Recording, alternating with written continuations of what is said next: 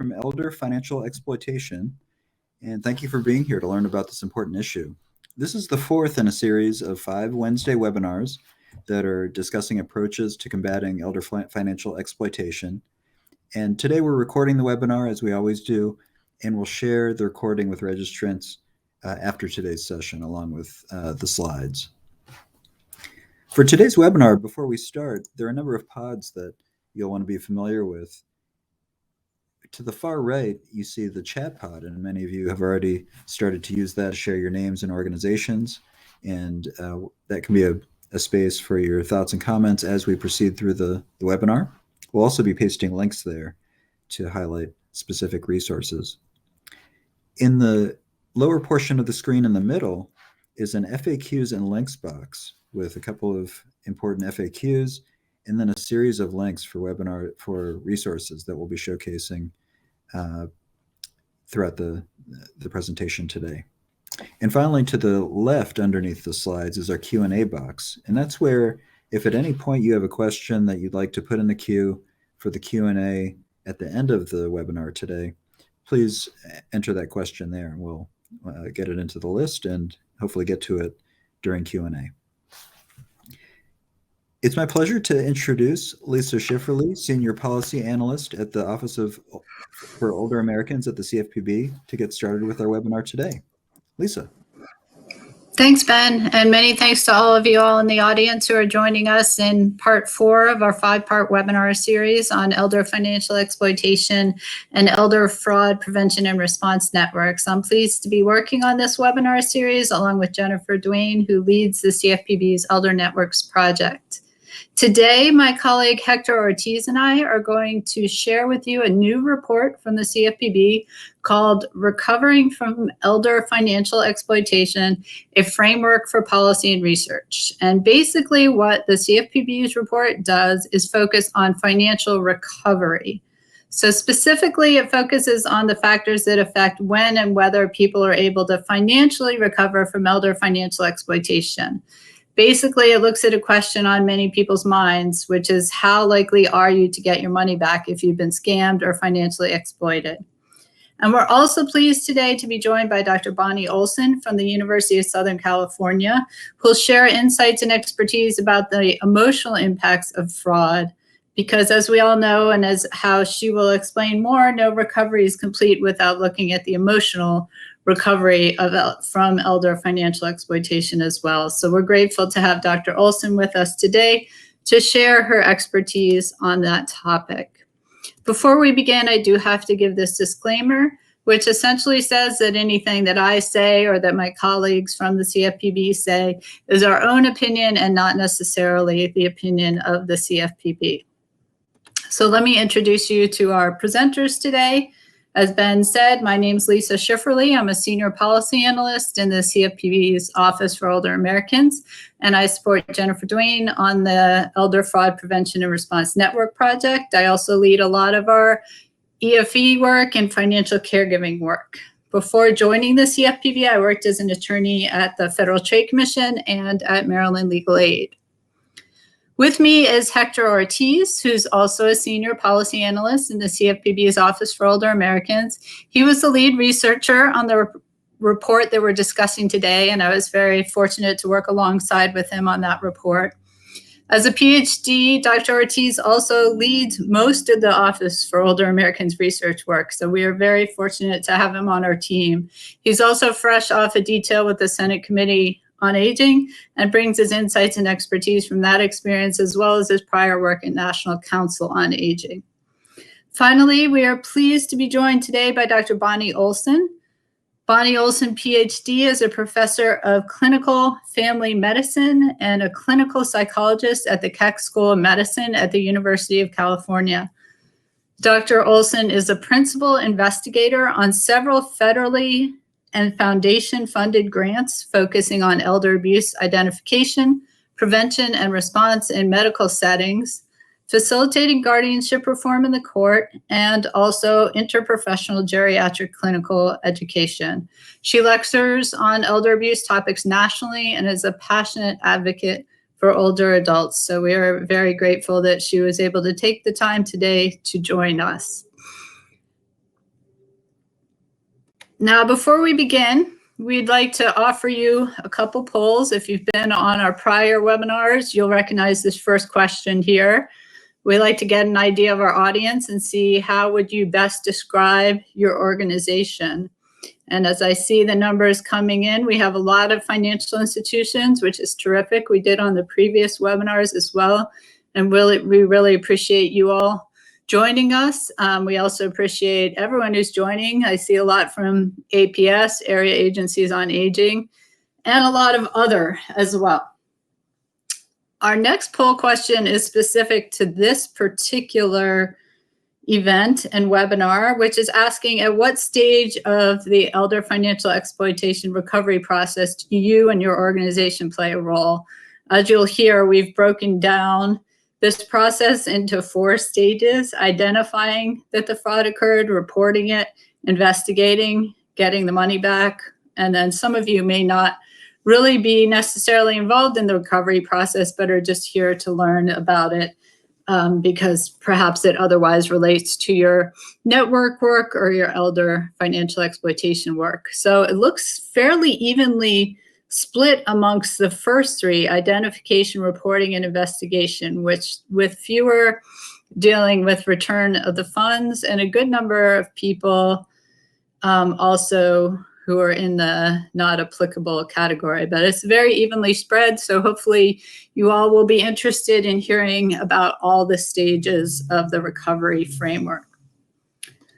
So with that, I'll tell you a little bit about the agenda and what we'll be talking about today. So first, Hector and I will talk about the Recovering from Elder Financial Exploitation report. Hector will highlight the methodology, and then I'll discuss some of the findings and implications, as well as share some resources for preventing scams and elder financial exploitation. Then we'll hear from Dr. Bonnie Olson about the emotional impact of fraud and emotional recovery from elder financial exploitation. So now I will turn it over to Hector.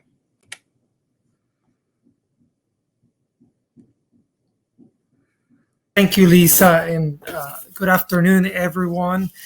As Lisa said, we will be discussing today primarily the results from our study, which was published on September 28th of 2022. And here's the link of where to find the report. I believe it was also included in the FAQs and links. As an agency that is in charge of implementing the consumer financial laws, the CFPB is very interested in this topic. And today's presentation really raises important questions about the role of financial institutions, the products that people use, the consumer protections that are associated with those products, to their ability to recover what they have lost. But it also raises questions about how we respond to people from law enforcement, APS, government agencies, financial institutions. And we highlight also one factor throughout that it's has gained a lot of attention, which is the issue of shame and embarrassment. And also we highlight again the non-financial implications of the recovery process. Next slide.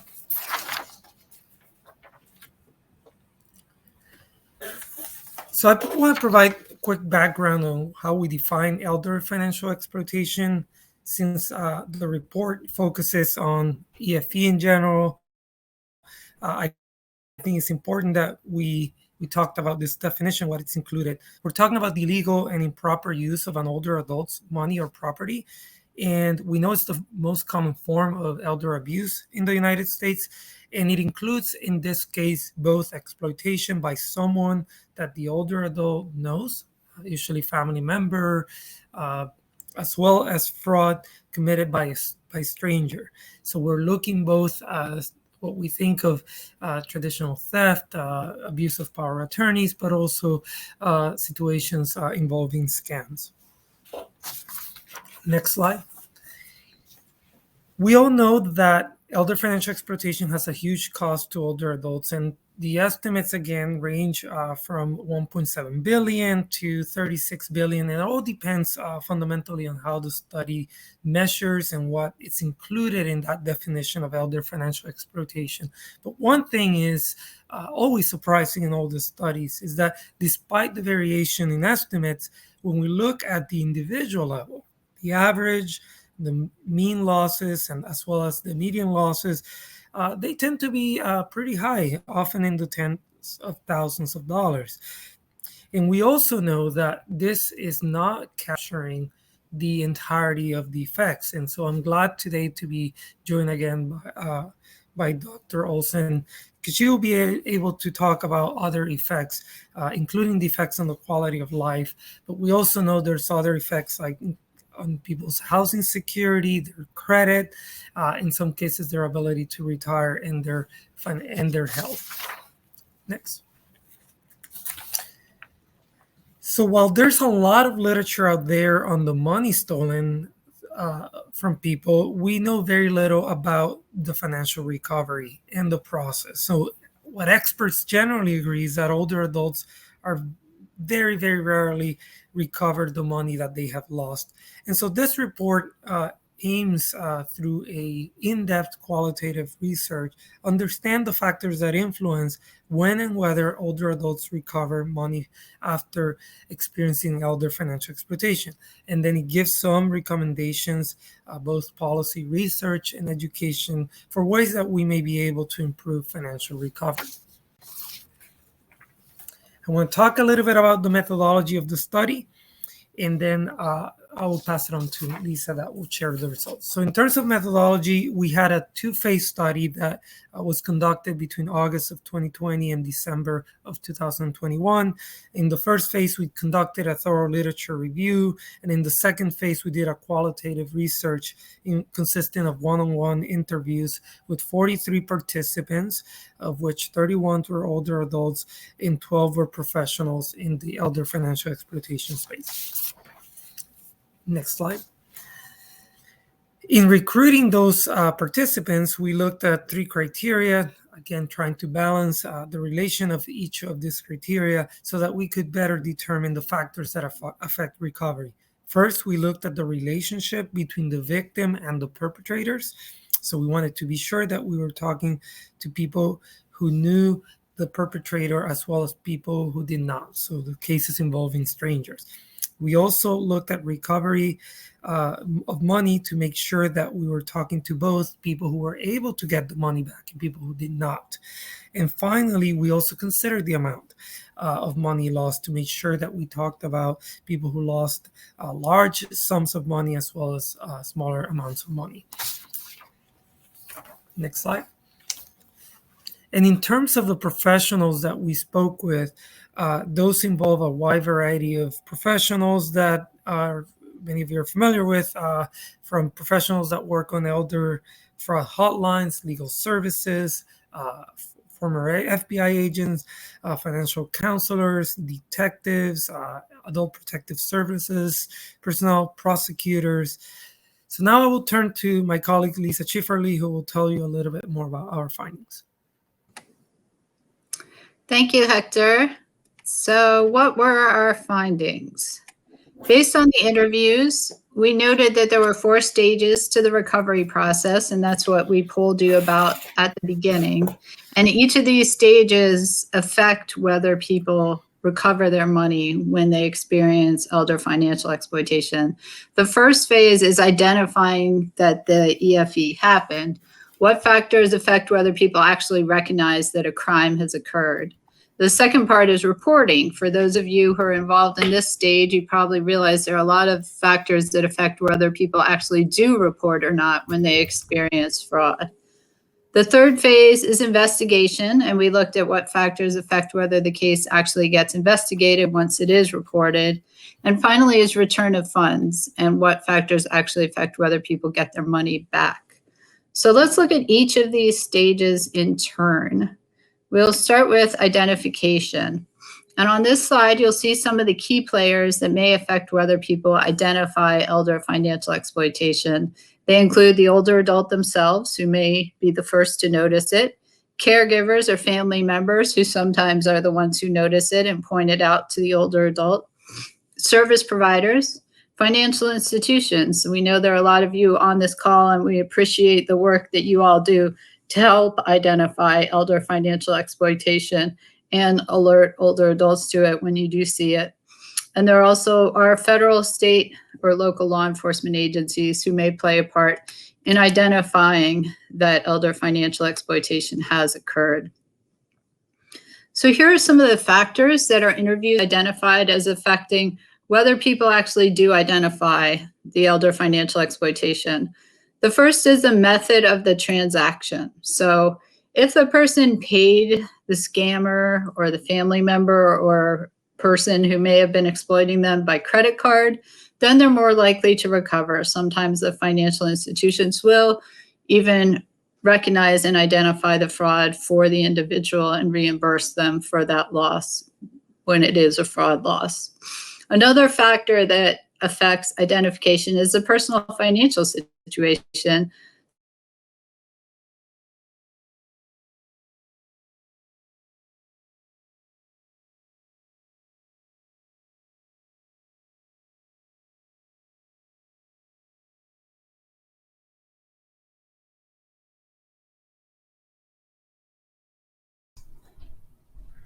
Hello, Lisa, if you can hear me. Can you hear me? Yes. Your sound cut out for just a moment, but if you rewind for about 30 seconds, that's about where you left off. Okay. I'll go back to earlier in the slide and just recap some of the other factors that identified as affecting whether people identify elder financial exploitation include the method of the transaction. For example, if it's by credit card, then they're more likely to recover. Sometimes the financial institution notices it and tells the person. Their personal financial situation can also affect whether the fraud is identified. Someone with limited income might be more likely to notice any amount of money lost, whereas a wealthier person might not notice it. It also depends not only on how wealthy the person is, but just how much attention they pay to their finances. Another factor, which is, I think, where I was when we jumped back for a minute, is whether the older adult knew the perpetrator. Then they may be more likely to recognize it or to acknowledge it when someone points it out than if it's a family member. They may not think of it as fraud or exploitation if it's a family member who took the money from them. Finally, the victim's health, including their physical health as well as any cognitive decline, may affect whether they're able to identify the elder financial exploitation. Now let's move on to phase 2. The next stage after elder financial exploitation is identified is reporting. And the main players when it comes to reporting include APS, financial institutions, law enforcement, and helplines. And so our study looked at what are some of the factors that affect whether somebody reports fraud or not. This is after they have identified it and realize it is fraud. Do they take the next step to report it or not? And here are some of the factors that we heard about in our interviews. Again, there are financial factors like the method and amount of the transaction. Again, if it's a credit card, people are more likely to report. Sometimes that's because the financial institution has actually alerted it to them, so the report's almost already done. The victim's personal financial situation also comes to play again. If they really need the money, then they may be more likely to report than someone who has a financial cushion and thinks it's not really worth their time to pursue. Another big factor, again, is whether the victim knows the perpetrator, because if they do, then they are often less likely to report because they may not want that person who they know affected, or they're worried that person will be sent to jail. Or we heard from some of the people we interviewed that they felt sorry for that person because they knew they had a drug or alcohol or gambling addiction, and that the money they took from the older adult was to fuel that addiction. So sometimes people don't report their loved ones because of factors like that. We also found, like Hector mentioned, that some older adults are ashamed or embarrassed or even blame themselves for what happened, so they don't report. We heard from several older adults, especially in investment scams, who said, oh, that was, just a bad choice on my part or a bad investment. So we want to try to change the narrative so that older adults and everyone is not ashamed or embarrassed to report financial exploitation, because it can and does happen to people across the age spectrum. So we want to try to get rid of that shame and embarrassment so that people will report. Another factor that affects reporting is if someone's in poor health, they might not have the time or desire to deal with this financial issue.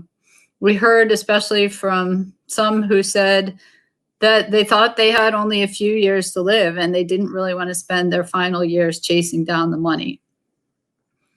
Another factor is faith in authorities. This can play a big role, especially among certain populations, for example, LGBTQ people or people of color who may have had prior negative experiences with the local police. We heard from a couple such interviewees that they didn't want to get the police involved in this issue either because of their prior negative experiences with law enforcement.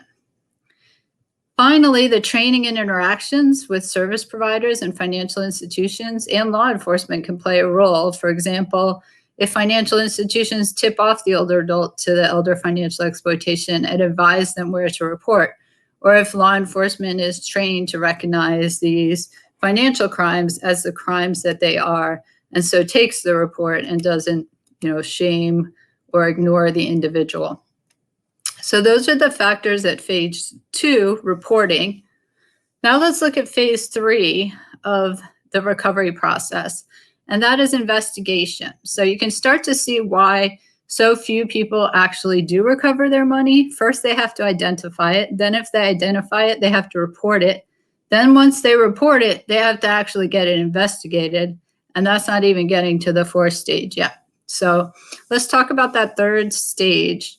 And this slide here shows the players included in the 3rd stage, which include financial institutions, law enforcement, APS, multidisciplinary teams, and attorneys. A lot of you all on this call are probably part of this phase, and it looked like from the numbers in the poll that a lot were a part of this phase, as well as the reporting and identification phase.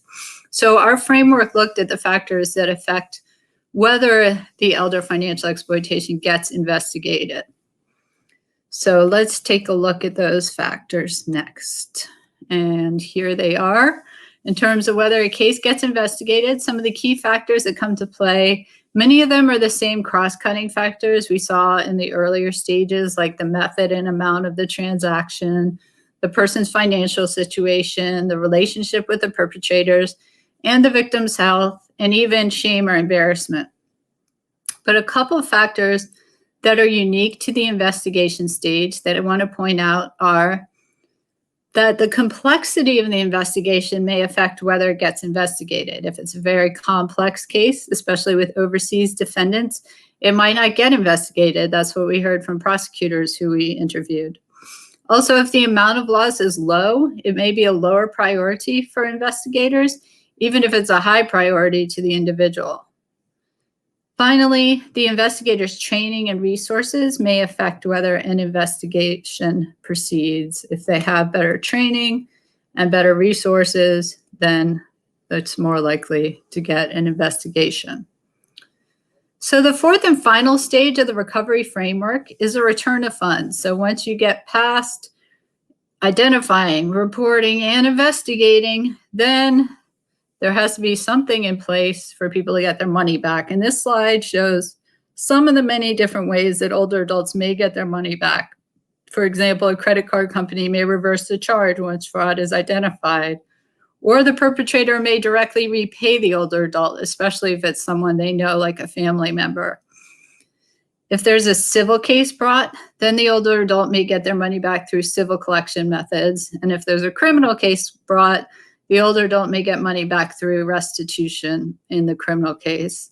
And finally, there can be payouts from class action lawsuits or federal enforcement actions like the Western Union case.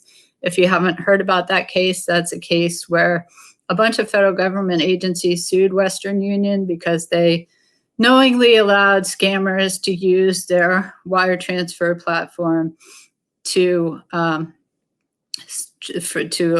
let people send money to scammers when they knew this was going on and they didn't do anything to stop it. And so a lot of people got a lot of money back due to a settlement in that case. So that's another way that money can be returned to individuals. So this slide looks at the factors that affect return of funds to older adults. As you see, the first 5 or 6 bullets again cover cross-cutting factors that we saw in the other stages.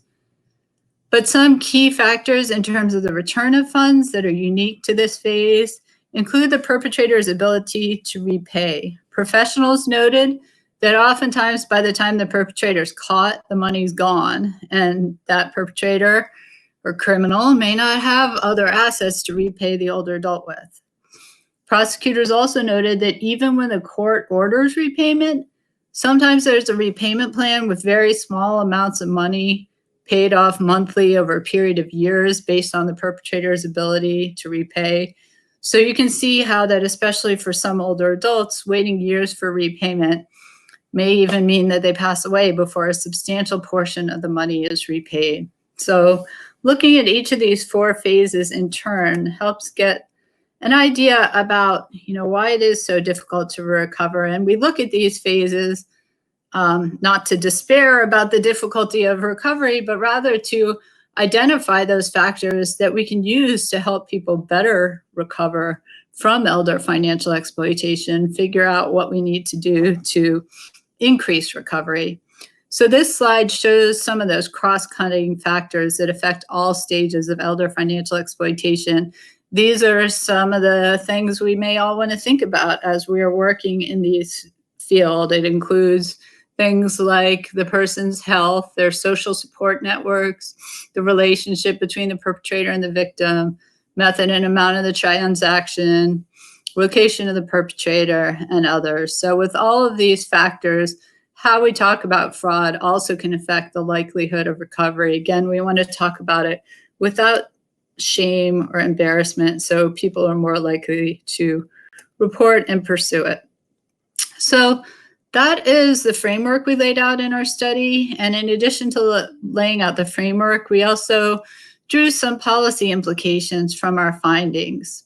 And at the same time, since our study was a qualitative one, like Hector explained, the methodology was interviews of individuals and professionals. So we recognize there is a need for additional research. But here are some of the policy implications we note in our report, and we do encourage you to check out the report to see more of them. Some things that might be able to help are, in terms of prosecution, the need for more publicity of successful prosecutions so people can see that there are people who do get their money back, and then they may be more likely to pursue recovery and think it's worth it. Some have suggested alternatives to prosecution when the perpetrator is a family member in particular. Then people may be more likely to report if they're not afraid their family member is going to go to jail, but they just want to get the money back from that person. Other things that could help are training for law enforcement, APS, financial institutions, greater consumer protections for certain payment methods, since we saw that the method of payment can affect recovery. So consumer protections for peer-to-peer, gift cards, wire transfers, and more. And finally, more consumer education, because we know that a lot of things show that if a person can recognize a specific scam, they're much less likely to lose money to it.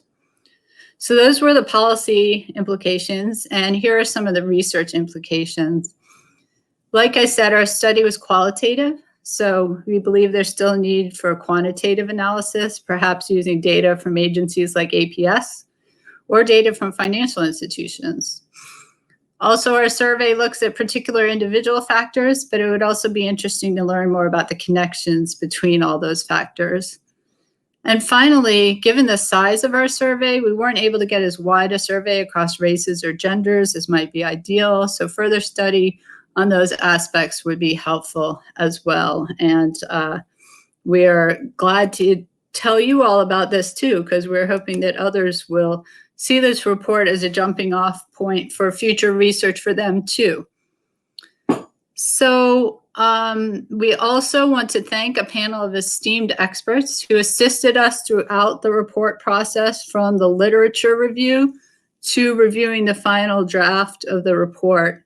You'll see those experts on the slide, and they include Paul Greenwood, who's been involved in this webinar series, and we're very thankful to him, as well as other leaders in the field of exploitation, financial exploitation, and preventing financial exploitation, who are on this slide. We really feel like our report is better because of their input, and we feel extraordinarily grateful to basically have some of the leading experts on elder financial exploitation in the field have participated in helping us review and frame this report. So before I turn it over to Bonnie to talk about the emotional side of recovery, I do want to tell you a little bit about some resources that we have at the CFPB to help protect older adults from financial exploitation, and we hope they'll be helpful to you, whether you're in a network or looking to start a network.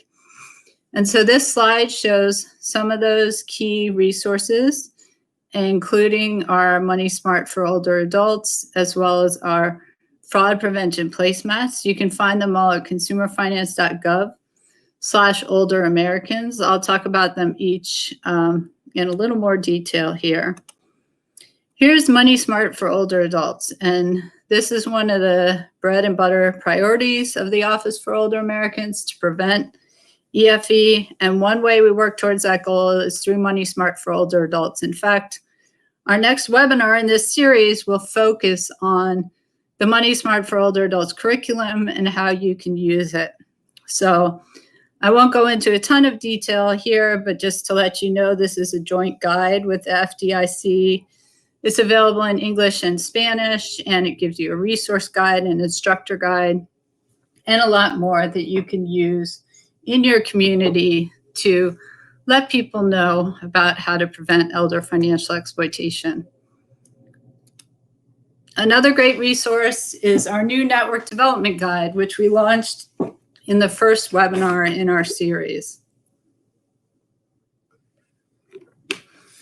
And you'll see it here. We can find it at consumerfinance.gov/elder networks. It has 3 areas of network development: hosting a retreat, establishing network priorities, and holding ongoing meetings. You can also connect with us to build a network at the information here on this slide.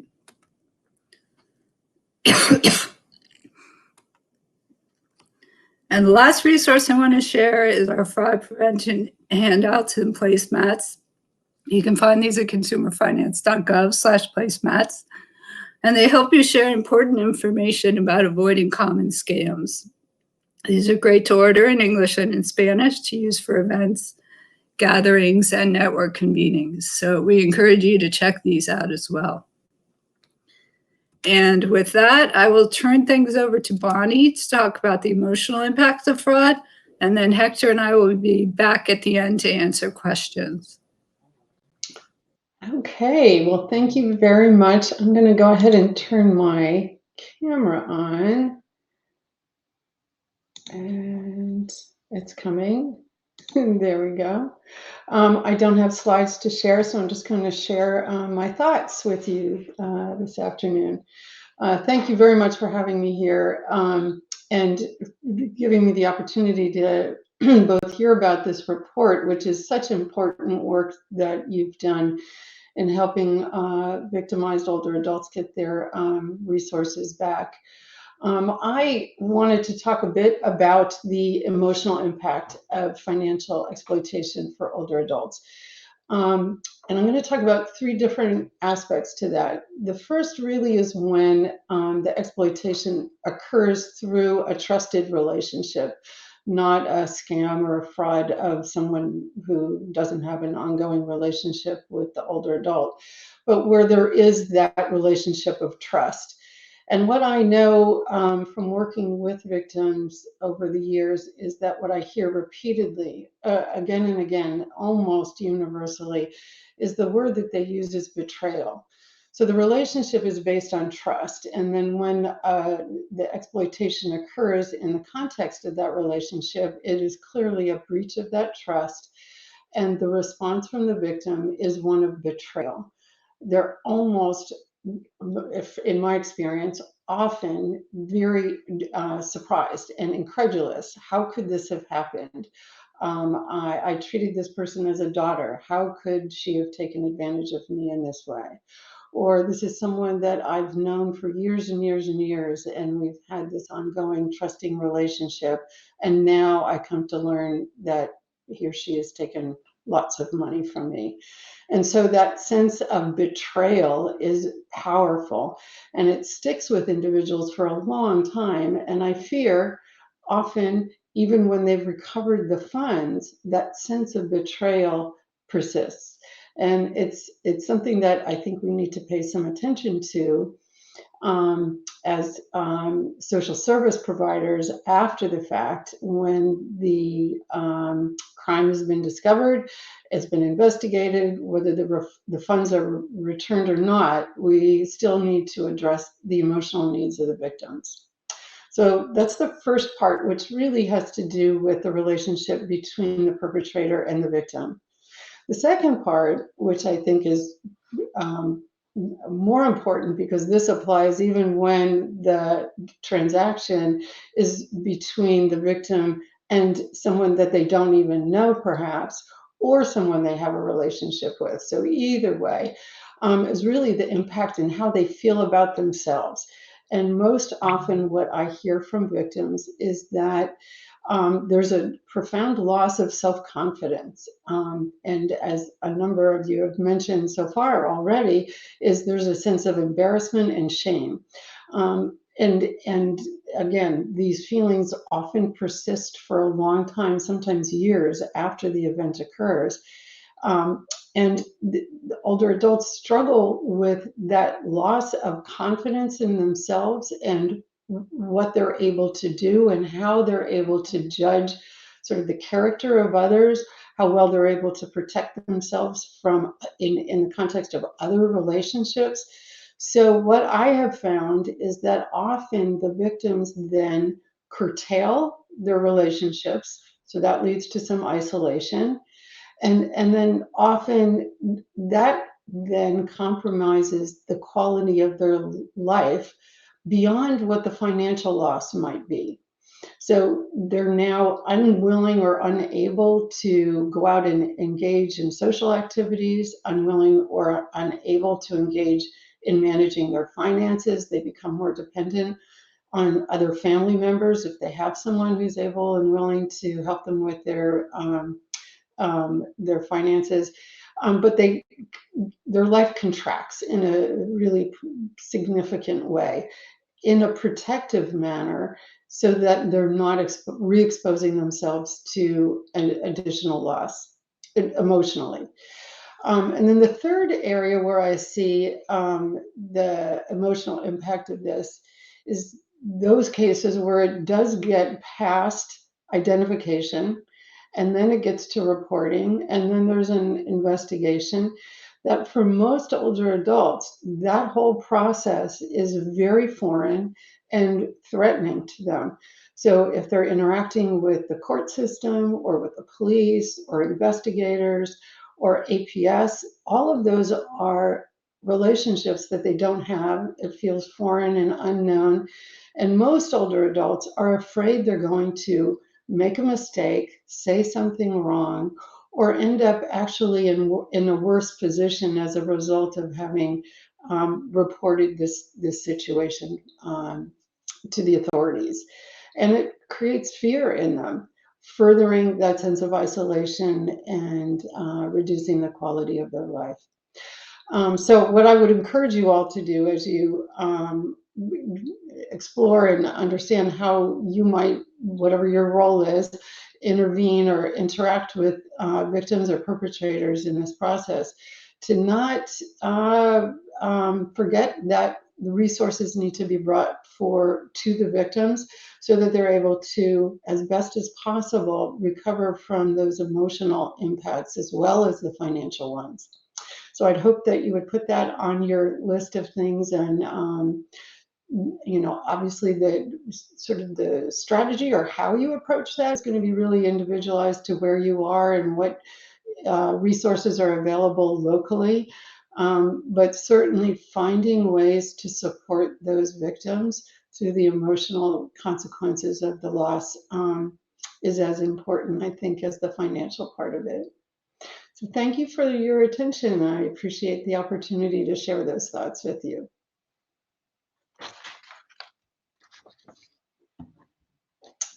Okay. Thank you so much, Bonnie. And we now will turn to a question and answer portion of our webinar today. So I wanted to invite Lisa Schifferly and Hector Ortiz to also share their cameras, and we will start to work through a queue of really great questions that people have asked. Thank you so much for these many thoughtful questions. First, I wanted to start with a question that I think perhaps all of our panelists may have thoughts on. Lisa, perhaps you can start the round of answers. And this question really gets at prevention. How can we all do better at getting the word out about financial exploitation and preventative approaches to EFE? Sure, that's a great question. And a lot of the resources that I was going over at the end are good ways to get out the word about prevention. The Money Smart for Older Adults curriculum in particular, that we'll go into great detail about on the next webinar, is a great tool to get out the word about prevention. It covers lots of different types of scams. It even has an update for COVID-related scams and an update for romance scams, and has instructor guides and facilitator guides. There also are ways to get out the words on prevention through those fraud prevention placemats. And we also often hear from people that they hear a lot through emails, whether it's from their bank or financial institution or from their mayor's office or some other elected official. Those are good ways to get out scam alerts to people, especially older adults. And we encourage everyone on this call to, through your networks, or if you don't have a network, to start a network. Those are great ways to encourage prevention and response in your communities, is by starting and facilitating networks using a lot of the materials that we've hit on through this webinar series. I wanted to sort of add to Lisa's point that one thing that we know from the research around financial education is that people's not only finite attention, but also the way they consume information is usually when either they're going through a live event or when there's an opportunity for a teachable moment. So there's a lot of teachable moments in this space when in a community there is a case. That's a good opportunity for the different actors in the community to leverage that story to reinforce the message. If there's a successful prosecution of a case, again, that goes to this point of leveraging those opportunities where people are looking at the media, people are watching the TV, to get those resources out, your name out. Again, it's the whole teachable, just-in-time financial information.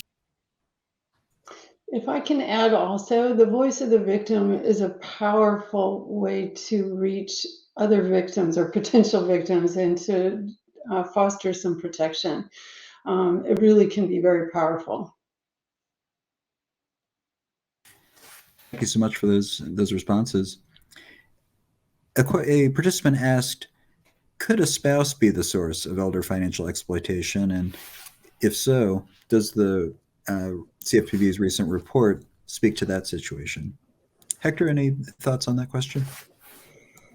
So I'll highlight a few things on that. We did not have a case that involved a perpetrator was the spouse. We did have one case where the person was a domestic. It wasn't a domestic relationship partnership, and pretty much the words of the person is there was nothing that law enforcement could do. And I think this speaks to this issue in the recovery, as well as generally the investigation and reporting issue of how sometimes elder financial exploitation is seen in some cases as a domestic issue, not the ones perpetrated by a known person versus an actual criminal case. And so that's one thing where it came up. The issue of marital situations was mostly as the issue of widowhood. So when people lost a spouse, being a factor that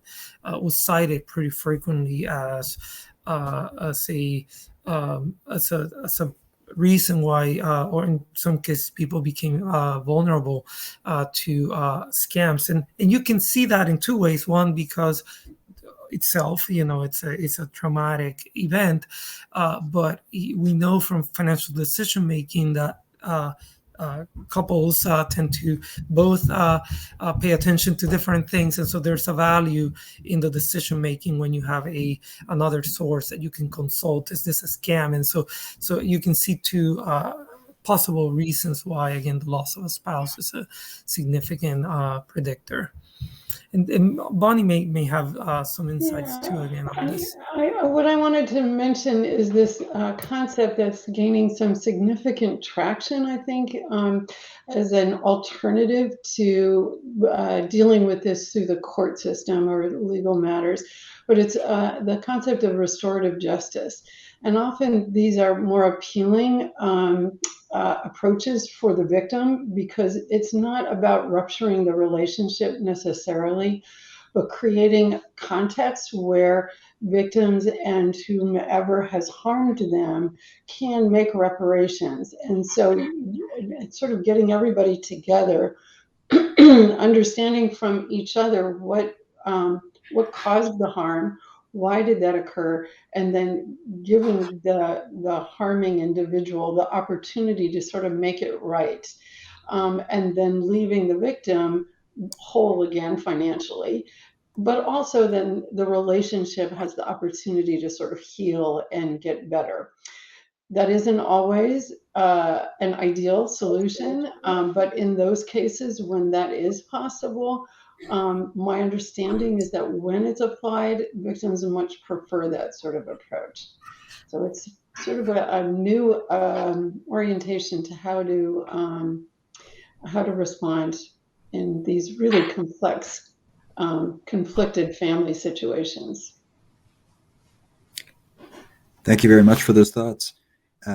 And we continue to get really terrific questions. Please do add those to the Q&A box in the lower left of your screen, and that'll allow us to make sure that those are added to our queue. Our next question was,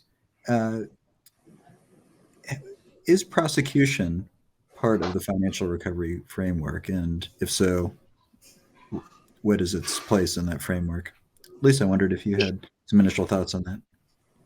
Sure. Yes, that's a very good question. And we did, in fact, talk to a lot of prosecutors as part of our interviews. And so prosecution is included, I would say, in both the investigation and the return of funds stages of the framework, even though it's not explicitly mentioned as its own stage. I mean, if you look at the investigation stage, we're basically looking at the factors that affect whether a case is actually going to get investigated to the point that it will get prosecuted or not. And then if you look at the return of funds phase, we are also looking at things like, is there a criminal prosecution that results in restitution, or are they getting money through a civil case? Also looking at things like, does the person have the ability to repay or not, or is the defendant overseas? So while we didn't identify it as its own standalone phase of recovery, I think it's included in both the investigation and return of funds stages of recovery. Great. Thank you, Lisa. Another question has to do this time with suspicious activity reports. And Hector, I wondered if you wouldn't mind defining suspicious activity reports for people. The questioner asked, does the CFPB look at suspicious activity reports?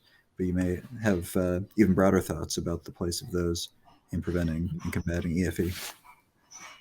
So suspicious activity reports are reports that financial institutions, that's broadly defined more than banks, but also money business transmitters, as well as security companies, casinos are required to file with the federal government.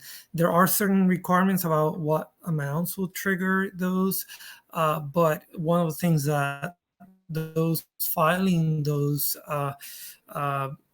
reports can do is identify whether it's related or elder financial exploitations involved. And we do look at those. We wrote a report in 2019 about the reports where we documented the specific sort of trends and issues and patterns that we saw in those SARs. One thing to notice is, again, that that's just, it reflects the understanding of the financial institution of the issue.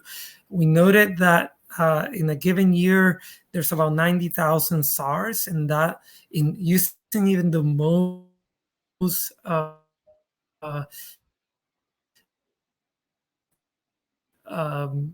the most conservative sort of definition of elder abuse, that's a fraction of all the cases in a given year. So that on itself, we know that we're missing a lot of cases through the SARs. But what it tells us, particularly related to this issue of losses, when we did our examination of SARs, we looked at whether the cases suggested a loss of the money, or was there a combination of a loss with some attempt, but that wasn't successful, and whether there was a just an attempt. And what we found was that in about 50% of the cases, it was clearly the money was lost.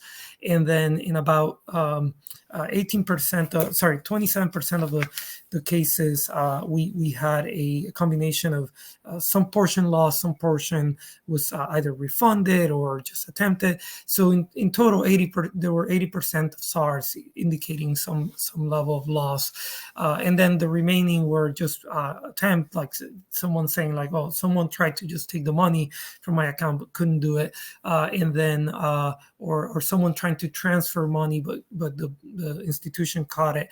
And then there were some SARs that it was just really difficult to really discern what was going on. But we do look at them. They're very useful. They're useful in understanding also consumer protections. One of the examples was, we noticed, like in our study, that credit cards, for instance, have a much higher rate of getting the consumer the money refunded and return it. But in cases, again, where you have other products involved, like a money transfer, for instance, those are much harder to get the money back. Thank you so much, Hector. We had a couple of questions about materials, and Lisa, during your portion of the presentation, you outlined several materials like Money Smart for older adults and the placemats and others as well. Can you speak to how people can access those in terms of ordering hard copies, how many hard copies people can order? Are there electronic versions available? We're getting a number of questions about interest in these resources. Sure. I mean, first of all, people can find all the Money Smart resources at consumerfinance.gov/MoneySmart. And the nice thing is that we've recently co-branded a lot of the other CFPB resources, like the fraud prevention placemats and our managing someone else's money guides, are now also part of the Money Smart series, in addition to the resource instructor guides that I mentioned. So you can find them all at consumerfinance.gov/MoneySmart, and you can go directly to consumerfinance.gov/order to order them. They're ordered in bundles of specified amounts depending on the publication, but you can order them in different amounts. And if you need an amount that is larger than what is on that website, please don't hesitate to reach out to us. We'll have our contact information at the end of the presentation, and you can always reach out to us. We would love for you to order as many as possible for you to use with your networks or in your community to let people know about how to recognize and prevent elder abuse. So don't let the limits on the website limit you. Please reach out to us so that we can help you more. And there are downloadable PDFs. They're available in English and in Spanish. And so we encourage everyone to check those out there. I saw someone also asked about whether 2018 is the most recent guide to Money Smart. It is not. We have updated it since then to include romance scams, and we also have a COVID supplement to that. So if you check out our website, you'll find those. Thank you, Lisa. A participant asked about elder abuse forensic centers. And Bonnie, I wondered if you would share a little bit more about elder abuse forensic centers, what they are, where they're found, and anything else people should know about them. Sure. I've had the pleasure of being a part of two different elder abuse forensic centers, one in Orange County, California, and the other in Los Angeles. And essentially, these are MDTs on steroids, if you will. Basically, it's all of the agencies that would become involved when there's an allegation of abuse with an older adult, and they meet regularly. Usually, the most complex cases are brought forward, and compared to an MDT where you would just usually discuss the case and perhaps give recommendations and ideas to each other as to how to best move it forward or resolve things. In a forensic center, often there's a team of folks that go out into the field and do targeted investigations. It could be there's a forensic accountant that gets called in to do some assessment. It could be that there's a neuropsychologist, or it could be that someone goes out and does a capacity assessment or a medical assessment in the field, brings that information back and helps to move the case forward. So they're very rich, resource-driven meetings that are available. And they're not in every community, but when there's a nexus of interest and resources, often they form. I know New York City has a robust system of forensic centers, as does, as I mentioned, in California. I believe also down in Texas, they have a network of those, and I'm not sure where else in the country. But when they're available, I would highly encourage you to make use of them, because they're very effective ways of getting the case resolved more readily and with less fussing around, making false moves. You can usually move things forward in a more direct and efficient way. Thank you, Bonnie. And it sounds like these centers are formed at the local or state levels. So yes. Would you have any advice for someone wondering, is there a forensic center near me that serves my area? Yeah. I know the Department of Justice keeps a list of where those are located, and they also have an MDT resource center. Talitha Gwynn, I believe, oversees that, if anyone is familiar with her and her work. So there's mechanisms. If you go on the DOJ website, you'll undoubtedly find the MDT resource center, and then that would lead you to where are there forensic centers available. Thank you so much. We got truly a wealth of really great questions, and I wish we could spend more time going through them, but we'll need to wrap up our question and answer. Thank you to our panelists for this thoughtful and informative answers. And Lisa, I'll turn things over to you to close our training today. Thank you, Ben. And thanks again for everyone for joining today's webinar. As mentioned at the start, today was webinar 4 of a 5-part series. So our final webinar will be next week on March 1st from 2 to 3:30 Eastern Time. It's going to be about Money Smart for older adults, and it will teach you how to use the Money Smart for older adults instructor-led curriculum and resources. It will be a joint presentation from the CFPB and the FDIC on the Money Smart curriculum and how you can use it in your community. If you missed any of the first 3 webinars and would like to view them, it's not too late. We have recordings from all of the previous webinars in the series available. The first one was about our new Elder Fraud Prevention and Response Network Guide, which I mentioned towards the end of my presentation. It gives you everything you need to know to start a network or to develop your network, including how to host convenings and things like interactive timelines and interactive activities to use at those convenings.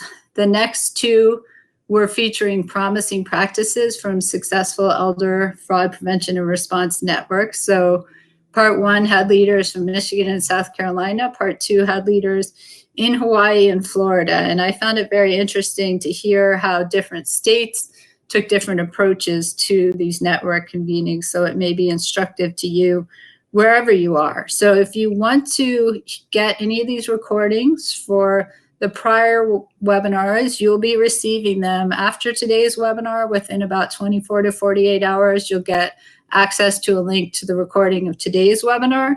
And that link will also include access to the previous webinars in the series. So we hope that you will check them out.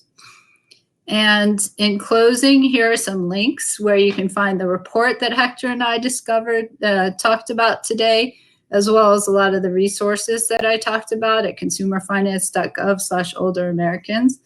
And if you have any questions or want help with publications orders, you can reach us at older-americans@cfpb.gov. And we really look forward to working with all of you and others across the country to help look for more ways that older adults can avoid elder financial exploitation and financially recover from EFE when it does happen. So thanks very much to Hector and Bonnie for presenting today, and thanks for all of you for joining us. We hope to see you again next week for the final webinar in our series.